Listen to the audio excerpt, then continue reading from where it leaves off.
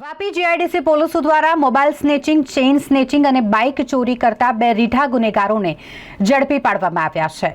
તેમની પાસેથી 95,000ની કિંમતના 7 જેટલા મોબાઈલ ફોન કબજે કરવામાં આવ્યા છે। સાથે જ 2 બાઇક પણ કબજે કરવામાં આવી છે। કુલ 1,75,000નો મુદ્દામાલ પોલીસો દ્વારા કબજે કરવામાં આવ્યો છે। આ બંને રીઢા ગુનેગાર છે, જેમના વિરુદ્ધ વાપી જીઆઈડીસી, સેલવાસ અને ડુંગરા પોલીસ મથકે ગુના પણ નોંધાયેલા છે।